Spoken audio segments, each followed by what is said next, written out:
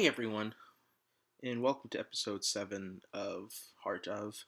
I originally had planned to do an episode on Yakuza, but I want to hold off on that because I had just saw what I deemed right now to be my favorite movie of 2023, and that is Blue Giant. Blue Giant is a movie about a jazz trio made up of tenor sax Dai Miyamoto, piano Yukinori Sawabe, and drummer Shunji Tamada.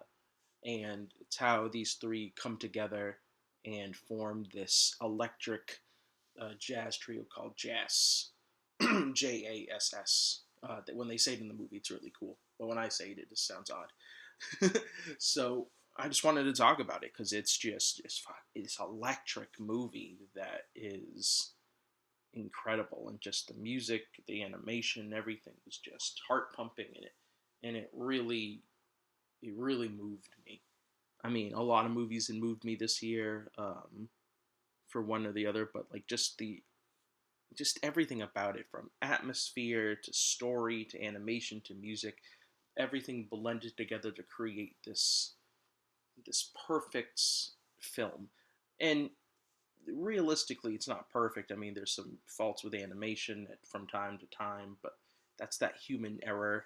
And in a way, like jazz itself, where so much could live or die on its improvisation and just putting yourself out there. So, welcome to the heart of, where we talk about Blue Giant. So, Blue Giant, like I just said, is about a jazz trio. So Dai Miyamoto comes from this small town, and the movie starts with him playing saxophone on a snowy night by the river. And his plan is to go to Tokyo, and he wants to be the greatest jazz musician. So he gets some money from his family, and he shoots off to the big city, and he, you know, bunks with a friend so he has a place to stay. And that friend is Tamada. Tamada is not into jazz at the moment, but he's gonna be. So he gets a part-time job, and he starts to wander the city at night to um, kind of see what the jazz scene is like there. And he's practicing every night at the river, just to no one, and just working on his skills and determination to be a jazz musician. And really, that's the heart of the film, is determination. No matter how many times you get knocked down, is just, you have to keep barreling ahead. And Dai is someone who, no matter what he's told, he's like, I'm gonna do it. And that's just so admirable in this day and age, where it's so easy to get knocked over. It's so easy to stumble, and in your own head feel like, oh well, I'm not good enough because this and that, and what someone told me, or what my mind now perceives to be true. God, it happens to me. The reason this podcast, you know, got delayed is just in my head, like, oh, it's not good. No one's gonna listen. And really, I just had to barrel ahead and say, I want to talk about these things. Let's just do it, and we'll see what happens when it happens. So Dai is just that kind of guy. He's just, checking out the jazz scene. He wants to do it, and he's good. He's just a natural talent with 3 years of dedicated practice. So he finds this club called Take Two, and no, it's supposedly there's supposed to be live performances, but there's no live performance. He gets on with the bartender there, and she tells him, you know, let me put on a record for you. And he immediately detects what it is, and he talks about it, and he talks about how it matches the mood of the rain outside. And she's so impressed by his knowledge of jazz that she sends him off to another club where he meets his pianist, Yukinora, and, or, yeah, Yukinori, excuse my bad pronunciation. Um, and he's playing piano, and he's just like, look, we got to team up. And they're both 18, and he's just like, we got to team up, we got to team up. So Yukinora is a bit of a snob, and he's just like, well, I got to see if you have talent. So He invites him to take two, and he just blows him away with his sax. So they start to play together, and they run into this frustration. They can't exactly click, and um, from there, it's like we need a drummer. So through fate or luck, uh, the drummer, Dai's roommate, Tamada, sees Dai, practicing, and he's like, "Hey, if I give you this, could you keep me in rhythm?" And he gives him a stick, and he like hit this can, and from there, he's like, "What is this jazz? Like, we're creating this thing together." And he's like, "Let me be your drummer." So they're a little, Yuki's a little uneasy because it's like he's very much of a beginner, but through determination, through heart, through genuineness, he wants to play drums, and Dai recognizes that because that was himself, and he's like, I want to get the constant need to improve, and like, okay, that's where I suck at. Let me just keep working on it, and so eventually he wins them over, and he's able to like be their drummer through performances, and that's kind of where I'm going to stop with the story because the story is just so incredibly heartfelt, and I don't really want to spoil it, but just say like it really brought out some wonderful emotions. In the last few episodes have been sad, but this is just really wonderfully heartfelt emotions. So I guess the first thing I want to talk about the heart of is just what is jazz. To me, jazz, in my very layman view, someone who just appreciates Jonathan Coltrane and Art Blakey and the giants of the genre. It's bearing your soul. It's improvisation. It's a way to give a mood and a feeling to articulate what you can't say with words. And I think that's the beauty of music is things that you can't articulate with words. Sometimes it's a feeling. That's what I love about animation. That's what I love about painting. That's what I love about music is to articulate something that you can't always express with words. So to me, that's what jazz is. And the heart of the film is them connecting to what that is. Dai is already connected with it. That's his feeling. It's like, this is what jazz is about. It's about connecting. It's about improving. It's about, and Yuki Nori is all about like, okay, but we have to keep it in this rigid structure. And at first, it's helpful for Dai to really bring in his saxophone playing. So he's not just running wild. But Yukinori needs to understand that he needs to let loose a little bit. He needs to truly express how he's feeling. And Tamada is just off along for the ride and trying to understand what jazz means to him. And it's these three individual journeys that start with Yukinori being, hey, Dai, I'm just using you as a stepping stone. You're using me as a stepping stone. Tamada being like, I want to experience jazz, to this trio determining that we are friends and I can't do this without you and you can't do this without me because we're in this together. And, you know, gosh, it's hard to really dive into it without wanting to spoil it, but I don't want to spoil it because, these the genuine highs of the story and the lows of the story are better experienced. And like every other thing that we've talked about on the podcast, I don't want to color your view of it by being like, oh, and then this happened and this happened, this happened. So I just to get a general overview of like it's about determination, it's about heart, it's about wanting to achieve your dreams, um, and just the music itself. The music I thought was this beautiful uh, bend of just going into the wildest depths of joy and the lowest depths of sorrow. It's how they feel and how they can articulate that through the music and animation was just incredible. And I think it's important to have that outlet to. Sometimes you can't articulate how you're feeling. That's just an impossibility.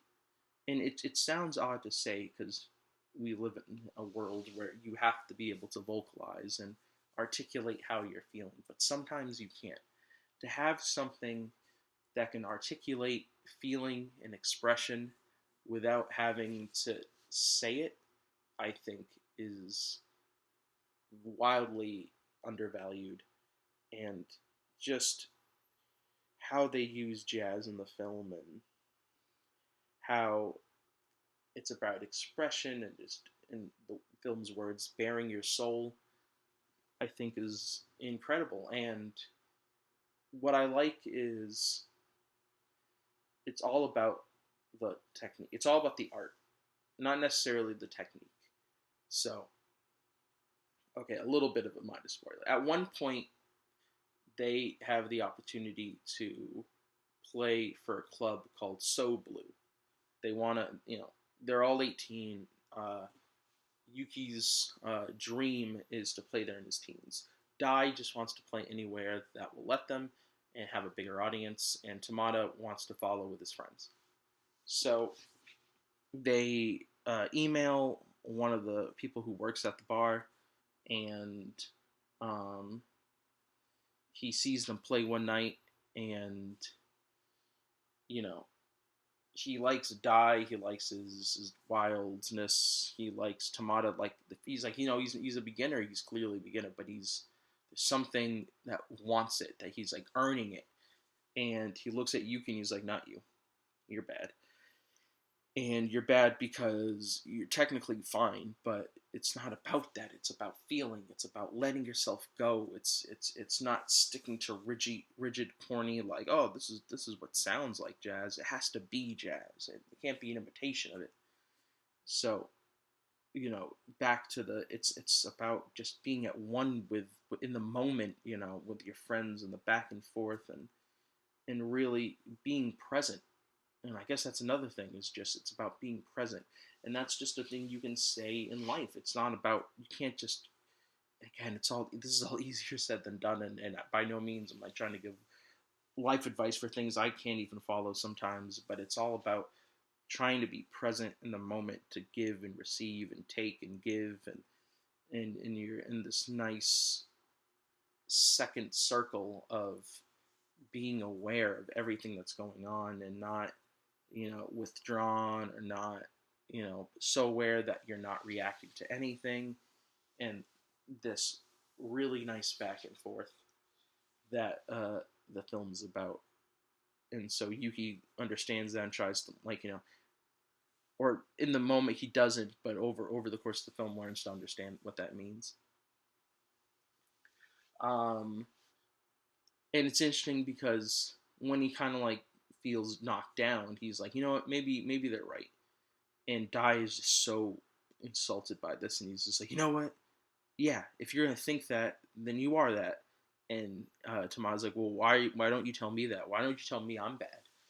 And the difference between Yuki in that moment and Tamada in that moment is, while Tamada's not a great drummer in the beginning, um, his whole thing is it's constant improvement. It's all like, how many mistakes? What can I do? Yuki's just like, I guess I suck. I guess that's just what it is now. And Dai's like, if you're willing to think that, then you have to figure it out on your own. And clearly nothing we can say will help you if you're willing to just acknowledge that. And yeah, that's just, it's easier to hear like someone who has influence and be like, wow, they know a lot and they said I suck. So clearly that must be the truth of the matter. And Dai wasn't having that. So, okay, that's the last of the story I'll say. I swear.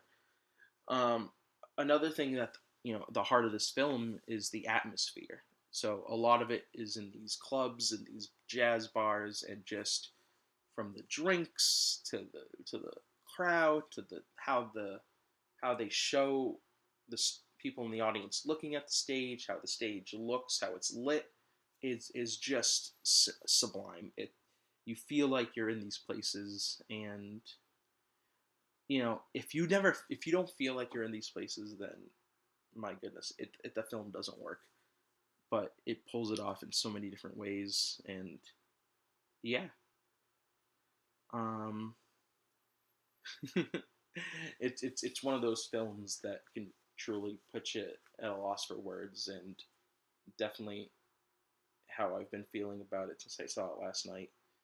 Um, it's from the director of Mob Psycho 100, which is an anime about a boy who, uh, gets rid of ghosts, and just that brings that otherworldliness from that fantasy anime to this very grounded jazz anime, and just how he lets these musical moments take off with themselves and really just do something really special with them. But yeah, to me, the most important thing is being present and determination to what you want. And it's not going to happen all the time, but just barreling forward and maybe changing direction. Tamada had this idea. He wanted to be dedicated to something. So you see him playing soccer in the beginning of the film. And when he realizes that everyone on his team isn't as dedicated, he wants to give himself to something where he can really dedicate, and the people he's doing it with are just as dedicated as he is. Uh, Yukinori wanted to play jazz. Has played piano since he was a child, and you know he wanted to kind of be free within the music he played, but with writing and making these melodies, he kind of put himself in a box, like a self-imposed box, without even realizing it. Dai just wanted to play jazz and be the best for himself, and he's free. Out of all of them, he's truly free, and nothing really, you know, turned him down. Whether he was told no but it didn't matter, because in his heart he knew that this is what was going to be. And you have those people that are like, no matter what, I'm going to move forward. And but he wouldn't move forward if he didn't have his two friends. And I guess that's also the third thing for myself, is just, you know no man is an island. You have to do these things with people, and without people to do art with, what's the point of doing art? I guess it's always kind of been how I viewed it.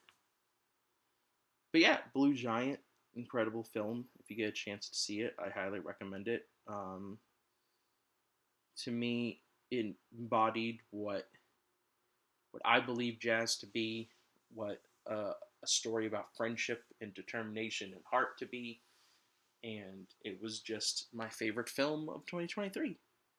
Well, we're back to the normal. The last two episodes were an interview and me talking to other people, so back solo again. Um, I'll probably the next couple episodes will probably be Yakuza and another game called Vemba, but I tend to change these things in the moment, so I can say that, but we'll just have to see what the next episode is. Well, until next time, thank you.